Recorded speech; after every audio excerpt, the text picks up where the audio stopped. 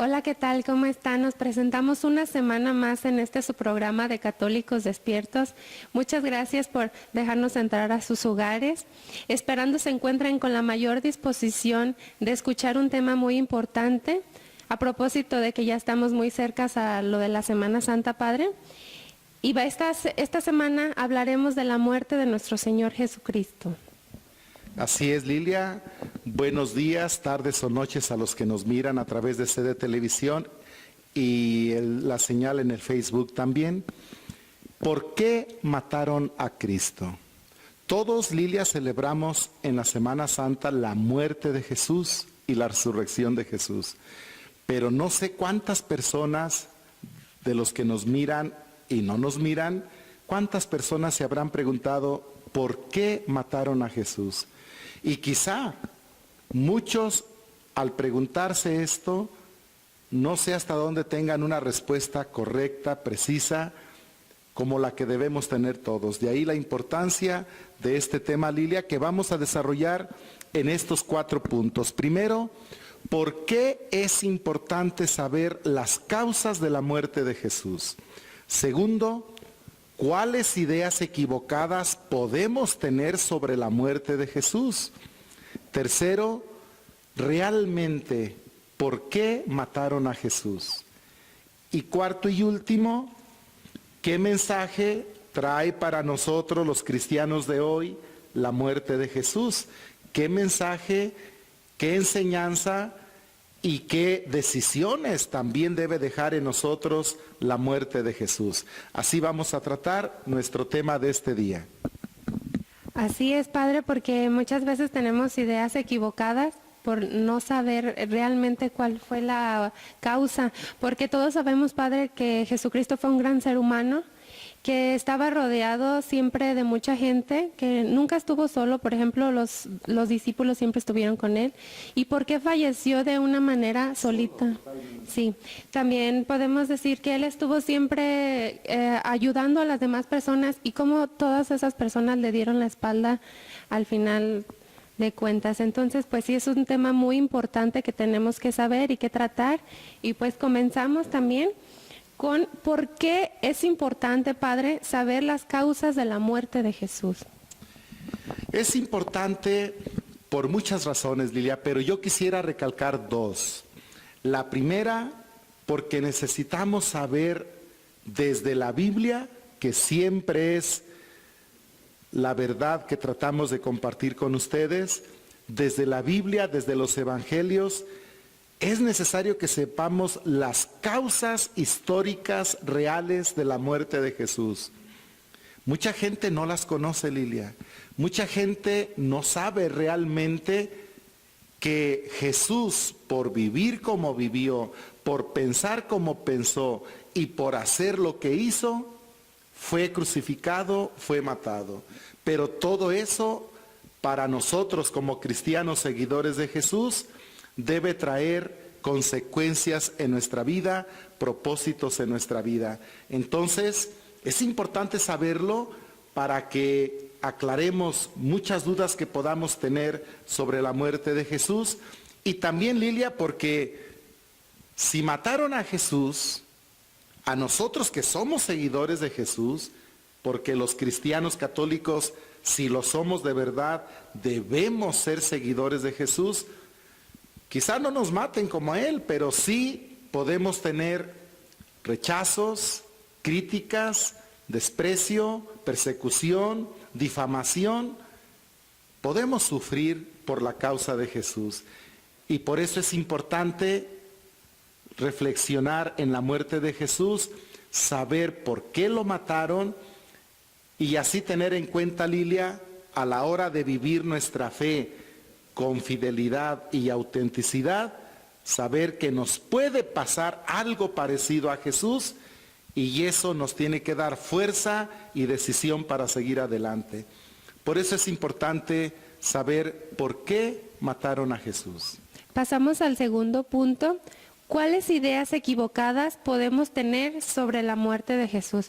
Padre, yo estuve investigando algo y encontré algo que me hizo pensar. La Escritura enfatiza de principio a fin que la muerte de Cristo fue ordenada y señalada por Dios mismo, una de las principales profecías del Antiguo Testamento, Padre. ¿Qué nos puede decir? Porque pues eso es lo que nosotros realmente pensamos. Algunas personas pensamos eso. A ver, repítenos otra vez, Lilia, ¿qué fue la idea? La Escritura enfatiza de principio a fin que la muerte de Cristo fue ordenada y señalada por Dios mismo, una de las principales profecías del Antiguo Testamento. También dice que fue un plan eterno de salvación. Esto es una de las ideas equivocadas precisamente que tenemos sobre la muerte de Jesús. A mí me da tristeza que la mayoría de católicos no cuestionamos lo que creemos, Lilia. No revisamos nuestras creencias. No razonamos. Acordémonos que la razón no se pelea con la fe. Al contrario, tenemos que creer con la razón también. En ciertas cuestiones la fe sobrepasa la razón, pero en la mayoría de sus cuestiones la incluye y la necesita. Tenemos que razonar la fe, Lilia. Y mucha gente, lamentablemente, solamente cree lo que escucha o lo que le dicen sin razonarlo. Esto sucede con la muerte de Jesús. ¿Cómo es posible pensar que la muerte de Jesús fue, dijiste, ordenada y señalada por Dios? Eso mismo dice una de las oraciones en la liturgia de la misa. Me quedo sorprendido cuando leo esta oración en la misa. Se lee en la oración colecta de la misa del viernes de la semana 25 del tiempo ordinario. Dice así, en el año par: Dios nuestro, que quisiste que tu Hijo muriera en la cruz para salvar a todos los hombres, concédenos aceptar por su amor la cruz del sufrimiento aquí en la tierra para poder gozar en el cielo los frutos de su redención. En esta oración que hicieron personas que, claro, saben del asunto, pero que no son perfectos, hay muchas imprecisiones. ¿Cómo es posible que Dios quiso que su Hijo muriera en la cruz? Tú, Lilia, o cualquiera de ustedes, mamás o papás que nos están mirando, quisieran que por cualquier causa noble pagara el precio de la muerte de tu hijo, que muriera uno de sus hijos para lograr algo. Esta idea, que es de la teología católica, surgió, voy a leer una parte de este libro, Víctimas del Pecado, del teólogo José María Castillo. Dice así: la idea de la muerte de Cristo como satisfacción por nuestros pecados, exactamente es lo que decimos, tuvo que morir para salvarnos, tuvo que morir como precio de nuestros pecados.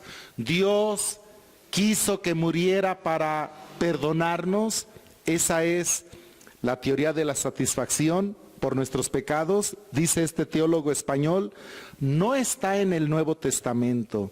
Aparece por primera vez en Tertuliano en el siglo III y luego en Ambrosio de Milán en el siglo IV, pero fue sobre todo San Anselmo de Canterbury, un santo, Lilia, un gran santo, pero también los santos en cuestiones doctrinales también tuvieron sus lagunas, sus errores.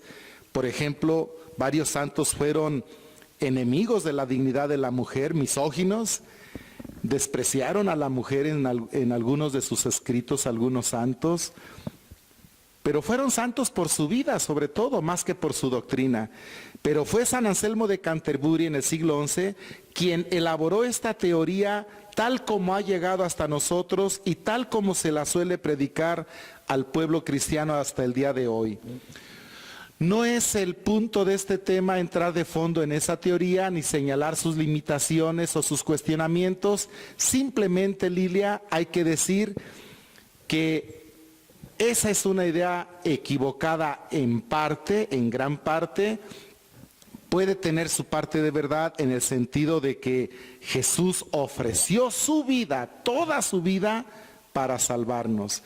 Pero toda su vida incluye, Lilia, desde su encarnación, cuando nace, su vida pública sobre todo, cuando enseña lo que enseñó, habló lo que habló y vivió como vivió.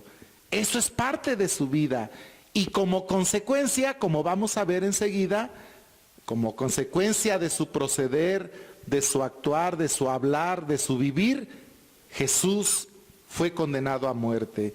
Y esa muerte está dentro de toda su vida, dentro de ese plan de salvación de Dios que incluye no solo la muerte, Lilia, sino desde su encarnación, su vida, su enseñanza, su testimonio, sus hechos, todo eso fue el precio de su muerte, como vamos a precisar dentro de un momento. Entonces podríamos decir que en realidad Jesús murió por la manera en que vivió. Jesús fue condenado a muerte por la manera en que habló, en que vivió, lo que enseñó, lo que denunció, lo que rechazó. Todo eso le trajo como consecuencia haber sido condenado a muerte y haber sido crucificado. Pero esa idea de que tuvo que morir, Dios quiso que muriera, Dios lo mandó para que muriera, esas ideas tienen sus cuestionamientos, no son exactas, no son precisas desde el Evangelio, son producto de pensadores que ya les dije después del Evangelio y que la teología hoy está purificando y está enseñando con toda su verdad total desde el Evangelio. Esa idea es la que puede estar más equivocada, Lilia, y es bueno que la corrijamos porque de ahí puede surgir la idea también de que a Dios le agrada el sufrimiento, de que Dios quiere que suframos. Dios no quiere que suframos. El sufrimiento de nosotros, los hijos de Dios, no entra en el plan de Dios. Dime, Lilia, díganme ustedes que nos miran, ¿qué papá y qué mamá quiere que sus hijos sufran? ¿En cuáles papás entra el sufrimiento de sus hijos como un plan para sus vidas? ¿En los tuyos, Lilia? En nadie. El plan y el sueño de todos los papás para sus hijos es la felicidad, es el bienestar, es que vivan bien, que sean incluso más felices que ustedes, que tengan mejores oportunidades que los papás, que tengan una vida mejor que sus papás. Y si así piensan los papás humanos, ¿cuánto más Dios para nosotros sus hijos? Lo hemos dicho, lo volveremos a repetir hasta el cansancio, la voluntad de Dios no es que suframos, la voluntad de Dios es que seamos felices. Las desgracias, los sacrificios, los problemas no son voluntad de Dios, más bien son porque nosotros nos alejamos de Dios, no vivimos como Dios quiere, no actuamos como Dios nos invita a actuar, y por consecuencia llega el sufrimiento a nuestras vidas. Es muy importante que corrijamos esa idea y yo espero que con esto precisemos esa idea. Yo diría, Lilia, en resumidas cuentas, y ahorita lo voy a desglosar, que a Jesús lo mataron por la manera en que vivió. A Jesús lo mataron por la manera en que habló, en que vivió, en que denunció, la manera en que pensaba y vivía. Es decir, su muerte fue una consecuencia de su vida. Y esto lo vemos en el Evangelio. Jesús hablaba siempre con la verdad. No nos gusta que nos hablen con la verdad. A todo aquel que habla siempre con la verdad, ya lo hemos dicho, no le va muy bien. Jesús dijo, yo soy la verdad. Juan capítulo 14, verso 6. A los fariseos les dice su verdad: hipócritas, raza de víboras, sepulcros blanqueados, son amantes del dinero, les gusta presumir. Imagínate todo eso decirles en su cara a los fariseos, y era la verdad. Jesús siempre en el Evangelio va a hablar con la verdad. Por eso nos dice que sus verdaderos discípulos, Lilia, y eso nos tiene que cuestionar a todos, en Juan capítulo 8, verso 31 y 32 dice: ustedes serán verdaderamente mis discípulos si permanecen fieles a mis palabras, a lo que Él dijo, a lo que Él enseñó. Entonces conocerán la verdad, dice, y la verdad los hará libres. Pero también esa verdad, Lilia, nos va a traer problemas, rechazos, críticas, obstáculos, como a Jesús, que terminó siendo acusado de todas estas cosas y condenado a muerte. Pero también Jesús luchó contra las costumbres, leyes o tradiciones que afectaban o no ayudaban al bien del hombre. Por ejemplo, por hacer un bien al hombre, varias veces no guardó el descanso del sábado y llegó a afirmar que el sábado se hizo para el hombre, no el hombre para el sábado. Esto lo podemos ver en Mateo capítulo 12, Marcos capítulo 2 y Lucas capítulo 6. Es decir, toda ley, toda costumbre, toda tradición debe estar para el bien del hombre, para ayudar al hombre, promover al ser humano, ayudar al ser humano. Y cualquier ley, costumbre o norma que esté contra el ser humano, que dañe al ser humano, Jesús la rechazó y la debemos rechazar todos los cristianos. Todo esto, Lilia, en un pueblo judío que era tan amante de sus tradiciones, tan amante de sus costumbres y leyes, de repente Jesús les dice: no es así, primero es el bien del ser humano antes que toda ley, costumbre o tradición. Lógicamente no les iba a caer muy bien. A Jesús además lo seguían las mujeres, nos cuenta San Lucas en el capítulo 8, conversaba con niños, enfermos, leprosos, extranjeros, y todo esto no estaba permitido en las costumbres de su tiempo. Un buen judío no debía hacer todo esto, y mucho menos lo debió hacer Jesús si se creía el Hijo de Dios. Pero Jesús lo hace porque sabe que estas costumbres, leyes y normas del pueblo judío estaban contra el bien del ser humano, discriminaban, dañaban al ser humano. Jesús comió con publicanos y pecadores, y esto le acarrió críticas, ¿te acordarás, Lilia? Críticas de los fariseos de su tiempo. Si este hombre fuera justo, sabría con qué pecadores está comiendo. Todo el proceder de Jesús, Lilia, fue un proceder nuevo, diferente, que nos mostraba el amor de Dios, realmente cómo es Dios, que acepta a toda clase de personas, que nos invita a todos a su amor, a su amistad. Y Jesús, por todo esto, porque lo enseñó y lo vivió, iba recibiendo rechazos, críticas, desprecios, odios. Poco a poco se iba produciendo su condena a muerte. Además, Jesús denunció sin temor las injusticias, la falsedad y la opresión. Imagínate qué le pasa hoy en día, Lilia, qué le pasa, amigos que nos ven, a una persona que hoy en día denuncie las injusticias, denuncie la falsedad y la opresión. Le va muy mal. Matan a muchos que hablan, que denuncian injusticias. Hoy en día sigue pasando eso. Acaban de matar en Centroamérica, en Honduras, a una mujer que luchó mucho por los indígenas, por sus tierras. La asesinaron.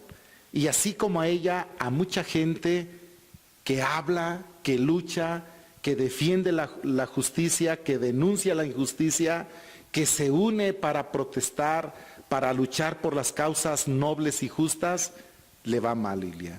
Eso le pasó a Jesús. Acordémonos cómo Jesús expulsó a los vendedores del templo y los llamó ladrones por enriquecerse a costa de la fe. Nos cuenta Mateo en el capítulo 21, Marcos en el 11 y Lucas en el capítulo 19. Algo que también hizo Jesús, Lilia, fue echarle en su cara a los ricos sus injusticias. Por eso Jesús les dijo: ay de ustedes los ricos, que acumulan tesoros a base de injusticias. Imagínate esas palabras para los ricos de su tiempo, para los poderosos de su tiempo. Qué mal les tuvo que caer esta manera de ser y de hablar de Jesús. Jesús también criticó y cuestionó, denunció la falsedad y la mentira del proceder de todos los que mandaban en su tiempo. Por ejemplo, a los fariseos les echó en cara muchas de sus hipocresías. Mateo capítulo 23, a Herodes, que era la autoridad suprema en lo civil, apoyado por Roma, a Herodes. Lucas nos cuenta en el capítulo 13, le llega a decir a Herodes: díganle a ese zorro. Prácticamente les dijo que no le tengo miedo. Jesús era de ese talante valeroso, firme, decidido, y todo mundo temía a Herodes. Jesús no, y le hizo ver lo que era Herodes. También Jesús cuestionó el papel de todos los que ejercían alguna autoridad. Mateo capítulo 20, Lucas capítulo 22, y como dijimos, cuestionó la riqueza de los ricos. Lucas capítulo 6 y capítulo 18. Por eso pensaban que Jesús iba a realizar un levantamiento armado social. Los romanos, pero más los judíos, temieron que Jesús creara una revolución, una insurrección social. Jesús nunca pensó eso, desde luego. Simplemente quería mostrarnos cómo era Dios, la justicia que Dios quería, la fraternidad que Dios quería, el bien que Dios quería, y tenía que denunciar tanto mal que había en su tiempo. El estilo de vida de Jesús era una invitación a cambiar la forma de pensar y de vivir de los seres humanos. Por todo esto que acabo de compartir con ustedes. Por eso Jesús come en casa de pecadores y publicanos, sin que le importen las críticas. Enseña que si es por el bien del hombre, se puede hacer a un lado cualquier ley, costumbre o tradición. Cambia muchas maneras de pensar, enseña cosas diferentes de las que enseñaba el ambiente religioso de su tiempo. Por eso lo criticaban fuertemente las autoridades religiosas. Jesús, Lilia, podemos ver que fue una persona auténtica y fiel a sus convicciones, a lo que él creía y a lo que él vivía. Por eso afirmó que él era el Hijo de Dios, perdonó a los pecados públicamente, perdonó a los pecadores públicamente, nos cuenta Mateo en el capítulo 2, sin importarle que lo criticaran o lo rechazaran por esta actitud, porque decían, solo Dios perdona los pecados, pero Él era Dios y Él podía perdonar los pecados y por eso lo hizo. Rechazó y condenó las apariencias hipócritas y falsas de los fariseos. Todas sus actitudes de Jesús, Lilia, en el Evangelio están llenas de creatividad, de espontaneidad y libertad. Nunca buscó quedar bien con la gente. Jesús buscó quedar bien con Dios. Nunca buscó agradar a la gente, buscó agradar a Dios. Mi alimento es hacer la voluntad de mi Padre, llegó a decir. Entonces Jesús, para cumplir la voluntad de su Padre, siempre tuvo una actitud crítica constructiva ante el orden social y religioso de su tiempo. Jesús no era indiferente a las situaciones que le rodeaban. Hablaba cuando debía hablar y actuaba cuando necesitaba actuar. Por su forma de ser, Jesús gozaba también de la aceptación de las multitudes. lo que preocupaba precisamente a las autoridades de su tiempo, que se llenaban de envidia y de mala voluntad hacia él. Por eso la gente, Lilia, seguía a Jesús, escuchaba en él una verdad que no habían escuchado. Veían en Jesús a alguien que defendía su dignidad, sus derechos, que les invitaba a pensar, a razonar, a defender su dignidad como personas, como hijos de Dios. Jesús se juntó con los pobres, con los marginados, y les hacía ver que eran hijos de Dios, que valían, que tenían dignidad, cosa contraria al ambiente de su tiempo. De hecho, quiero que sepan, Lilia y todos los que nos ven, que el término griego que usa el Evangelio para hablar de las multitudes que seguían a Jesús, expresa a los marginados, a los pobres, a los que nadie hacía caso y nadie buscaba. Esos eran los que seguían más a Jesús y a los que Jesús más dedicaba su enseñanza, su mensaje liberador, y con los que más convivía. Finalmente Jesús fue un hombre libre y liberador, como ya hemos dicho. Fue libre ante las autoridades civiles y religiosas, varias veces les echó en cara su falsedad e hipocresía, podemos ver en Lucas capítulo 13 y capítulo 23. Fue libre para actuar y hablar, como acabamos de decir. Fue libre ante la ley, las costumbres y tradiciones. Fue libre ante las influencias de personas que querían desviar su tarea, su misión. Rechaza a los que quieren proclamarle rey terrenal y no acepta hacer milagros nomás para lucirse, como con Herodes, que le pedía que convirtiera el agua en vino. Y algo importante, Lilia, Jesús fue libre ante el apego de la familia. No lo desanimaron la crítica de sus familiares, que lo llegaron a criticar de loco. Fíjate nada más, los mismos familiares de Jesús, dice San Marcos en el capítulo 3, verso 20 y 21, que los familiares lo buscaban porque pensaban que estaba loco. Eso a Jesús no le importó. No siguió el consejo de que le dan sus parientes para lucirse por sus obras. Nos cuenta San Juan en el capítulo 7, verso 1 al 10. Para Jesús, por encima de su familia, está cumplir la misión que el Padre le ha encomendado. Por eso, cuando lo buscan su madre y sus hermanos, dice el Evangelio, tu madre y tus hermanos te buscan, Jesús contestó, ¿quién es mi madre y quiénes son mis hermanos? Son los que escuchan la palabra de Dios y la ponen en práctica. Mateo capítulo 12, Marcos capítulo 3, Lucas capítulo 8. Es decir, aún con su propia familia, Jesús tuvo que romper muchas veces, tuvo que desligarse para ser fiel a lo que Dios esperaba de él, a su manera de ser, de enseñar y de vivir. Por todo esto, Lilia, es fácil comprender que Jesús se hiciera enemigos, sobre todo a los dirigentes, a los que tenían el poder, a las autoridades, tanto religiosas como civiles, que fueron los que terminaron condenándolo a muerte. Pues ya hemos visto muchos de los acontecimientos que sucedieron antes de la muerte de Jesús, y de que algo sí nos queda muy claro, Padre, que Jesús fue un gran ser humano y desgraciadamente por sus actos que no eran malos, tenían un fin muy bueno, pero a las demás personas no les convenía que siguieran así. Pues pasamos al último punto, Padre. ¿Qué mensaje trae para los cristianos de hoy la muerte de Jesús?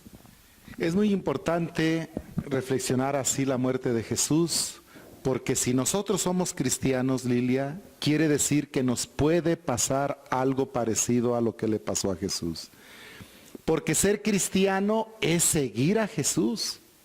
Seguir lo que Jesús vivió, lo que Jesús enseñó, lo que Jesús predicó, lo que Jesús denunció, lo que Jesús quiso construir, un mundo más justo, más fraterno, devolver dignidad a quienes no la tenían, luchar para que no hubiera situaciones de marginación, de desprecio, de pobreza, de rechazo, invitar a los poderosos, a las autoridades de cualquier clase, a ver por el bien de los más desfavorecidos, a sentirse hijos de Dios como todos los demás. En fin, si los cristianos tratamos de vivir como Jesús vivió, vamos a tener pruebas y dificultades, rechazos, Lilia. Entonces, si somos conscientes de que a Jesús ya le pasó eso, cuando nos pase a nosotros algo parecido por ser fieles a Jesús, nos va a dar eso mucha fortaleza, señal que vamos por el camino del Evangelio de Jesús. Entonces, de ahí la importancia de conocer bien. Quiero precisar que Jesús murió para salvarnos, pero su muerte fue la consecuencia de su vida. Es decir, para salvarnos Jesús hizo lo que tuvo que hacer, enseñó lo que tuvo que enseñar y vivió como acabamos de decir. Todo eso forma parte de la vida total de Jesús. Se hizo humano como nosotros, vino a enseñarnos el Evangelio, vino a darnos testimonio, y por vivir como vivió fue condenado a muerte, y por todo eso, Lilia, nos trajo la salvación de Dios. El Evangelio, cuando lo conocemos y lo tratamos de vivir, llega la salvación de Dios a nosotros. Pero por anunciar ese Evangelio y vivir ese Evangelio, Jesús fue condenado a muerte. Que eso quede muy claro. No pensemos solo en el acto de la muerte, sino en todo lo que Jesús hizo, sino en toda la vida de Jesús, que fue el precio, más que precio, fue el medio de nuestra salvación. Porque el Evangelio es la salvación de Dios para nosotros, dice la Escritura. Y dentro del Evangelio está la encarnación de Jesús, la vida de Jesús y la muerte de Jesús. Vamos a escuchar, Lilia, dos textos del Evangelio que nos van a advertir sobre seguir a Jesús. No es fácil, pero si somos cristianos debemos seguirlo. Primero, Eclesiástico capítulo 2, verso 1. ¿Qué dice, Lilia? Si te has decidido a servir al Señor, prepárate para la prueba. Está clarísimo. Y San Pablo en la segunda carta a Timoteo, en el capítulo 3, verso del 10 al 12, nos dice esto. Tú, en cambio, has seguido de cerca mi enseñanza, mi modo de vida, mis proyectos, mi fe, mi paciencia, mi caridad, mi valentía, mis persecuciones y mis sufrimientos. ¿Sabes lo que me pasó en Antioquía, Iconio y Listra? ¿Cuántas persecuciones tuve que sufrir?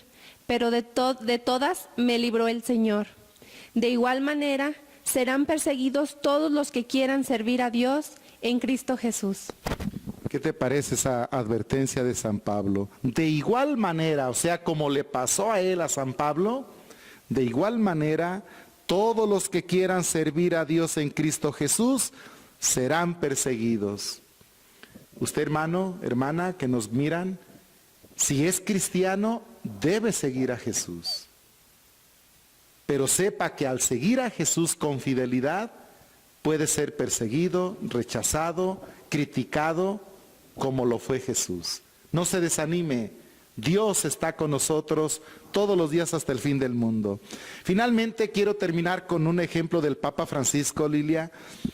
Cuando en noviembre del 2015 visitó África, en el vuelo hacia Kenia, en una entrevista le preguntó, o mejor dicho, le dijo un periodista, porque todos sabemos que el Papa Francisco está renovando la iglesia con actitudes como Jesús, con sus enseñanzas como Jesús, pero esto le ha acarreado enemigos aún dentro de la iglesia. Algunos cardenales, algunos obispos, algunos sacerdotes, algunos laicos no están de acuerdo con el proceder del Papa, lo critican, hacen escritos contra él. Y le dice este periodista al Papa, por favor, que las resistencias no le frenen. Y el Papa le contestó, las resistencias no frenan, impulsan. Qué hermoso ejemplo del Papa Francisco. Que Dios lo conserve siempre. Oremos mucho por el Papa Francisco para que siga renovando nuestra iglesia. ¿No te parece, Lilia? Sí, claro que sí, Padre. Un ejemplo a seguir como la vida de Jesús. También quiero mencionar un párrafo Querer es tener el valor de chocar con los obstáculos. Si el camino se ha hecho difícil, es porque vas en el correcto. Y qué difícil, Padre, como lo acaba de decir en el Evangelio, preparémonos para las pruebas.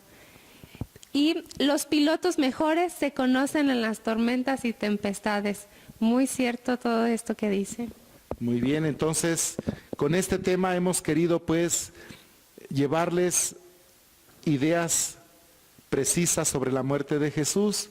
Si Jesús murió, fue por enseñarnos el Evangelio, por venir a enseñarnos lo que Dios quiere de nosotros, y ofreció su vida como consecuencia de eso, como muestra de su amor. Tanto amó Dios al mundo que le envió a su Hijo único para que todo el que crea en Él, y creer en Jesús es seguir lo que Él vivió y lo que Él enseñó, no se pierda, sino tenga vida eterna.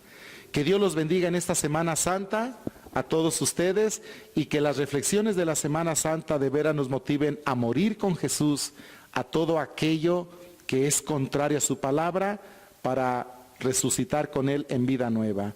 Y para lograr, Lilia, que cada vez tengamos más católicos despiertos.